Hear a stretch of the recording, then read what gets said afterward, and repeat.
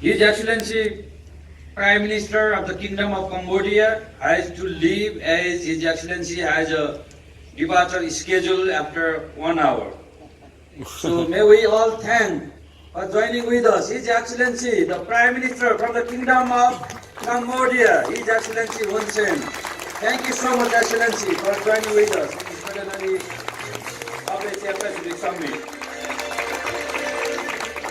At this point, may I invite Honorable Maria Leonor Robredo, the Vice President of the Republic of the Philippines, to deliver the keynote address.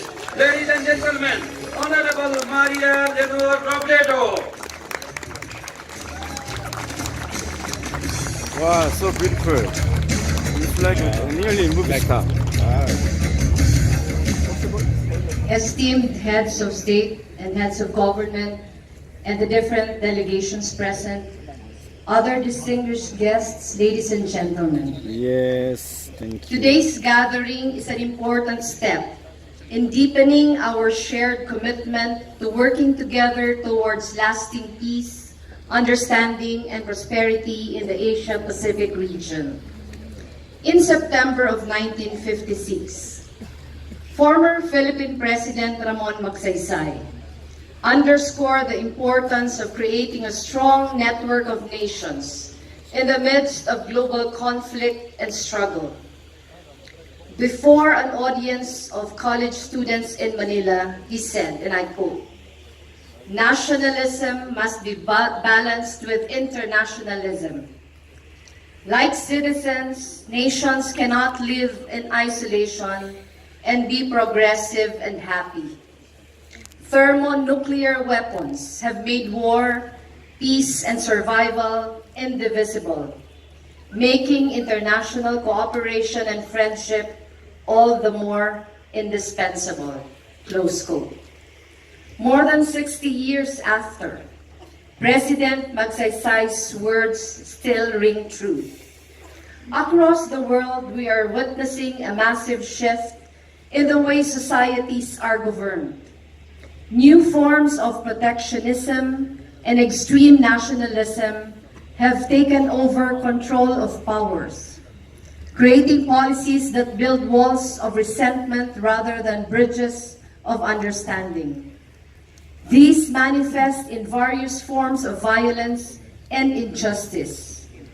Immigration policies that discriminate against color and accent, the growing hordes of refugees in war-torn states, sweatshops full of underpaid workers, the proliferation of fake news on social media, and the use of aggressive behavior to threaten smaller, less powerful states. Amid all of this, one thing has stood out, that the fate of mankind rests not in the hands of one leader or nation, but in our collective resolve for transformative change in the region. Yes. That is why today's gathering is very important. If we want to address the critical challenges of our times, we must be ready to look inward and be critical of our own stance. We must be willing to ask, what are the values that we still hold on to during the most turbulent of times? As Asian brothers and sisters, what are the principles that bind us as one region and that will allow us to collectively face our shared challenges? We live in extraordinary times, extraordinary, difficult times, where technology is feared to make millions of human workers obsolete, where the poor and the underprivileged are struggling to find their voice and their place in policy making, where some of the greatest challenges we face, like terrorism, human trafficking, and climate change, know no borders, where war is ravaging nations, states, and cities. Because of these extraordinary and complex challenges, I fear we will not survive a scorched earth existence if we do not learn to work together. Today, we find ourselves on the brink of yet another modern-day war. This war is not fought on battlefields, nor won by military strength. This is a war that has slowly consumed swaths of our populations, feasting on their anger, nurturing apathy, and hate towards governments and traditional institutions. It is a war that has made it possible for dictators and authoritarians to ascend back to power, for human rights to be subverted, and for race, gender, and religion to be used as tools for segregation. This war has crippled millions, subjecting them to abject poverty, while elites prey on the state's wealth and resources. What is this war I am talking about? It is the silent war against freedom and democratic rule. Nowadays, populists and authoritarian leaders who are winning free elections no longer have to manufacture reasons for people to reject freedom. The people themselves are throwing freedom away. Why? They are frustrated with free thinking, free markets, and free press. They say that in the end, these institutions have not made their lives better. Which is why it is important for us to stand our ground and have a unified response to the challenges we face. It is no longer enough to fight for freedom for its own sake.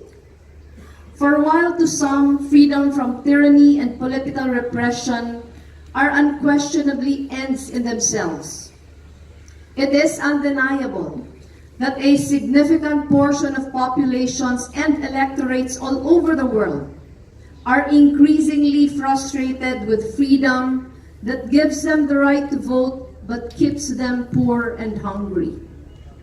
To restore trust in democracy and keep the freedom agenda alive, we have to make it work for the last, the least, and the lost. That is the ultimate battle. That is the ultimate test. This is not a new concept. 3/4 of a century ago, Franklin Delano Roosevelt outlined 4 fundamental aspects of freedom that must be upheld in the struggle against tyranny: freedom of speech, freedom of worship, freedom from want, and freedom from fear. The lesson is clear. Civil liberties are critical, but so is economic justice. To be truly free and to be inoculated against the allure offered by tyrants, all these freedoms must be upheld. So at this critical juncture in the history of our region and in the world, we need leaders who will march and rally behind the banners of freedom and peace. We need citizens to stand up against abuse and corruption and consecrate their lives in building stronger institutions. We need to develop empathy, or else we risk losing our humanity.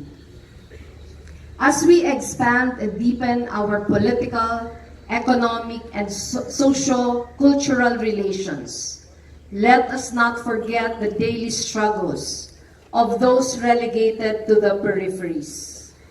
Now more than ever, they need to be represented in the international stage. Together, let us give our people the opportunity to challenge existing systems, to be critical of their leaders, and take part in the decision-making process. The journey may be long and arduous, but it will be worth every pain, every tear, and every sacrifice. This is the brand of peace and freedom that the Asia-Pacific can proudly call its own. This is the legacy we want to leave behind. Thank you very much, and I wish you all a peaceful summit And as we say in Filipino, mabuhay po kayong lahat.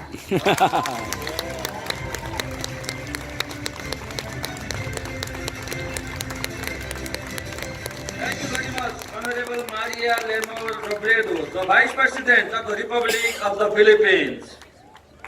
Your Excellencies, ladies and gentlemen, so Mother Moon also not on the stage because of her health issues, so she wanted me to announce about it. So next, may we now invite His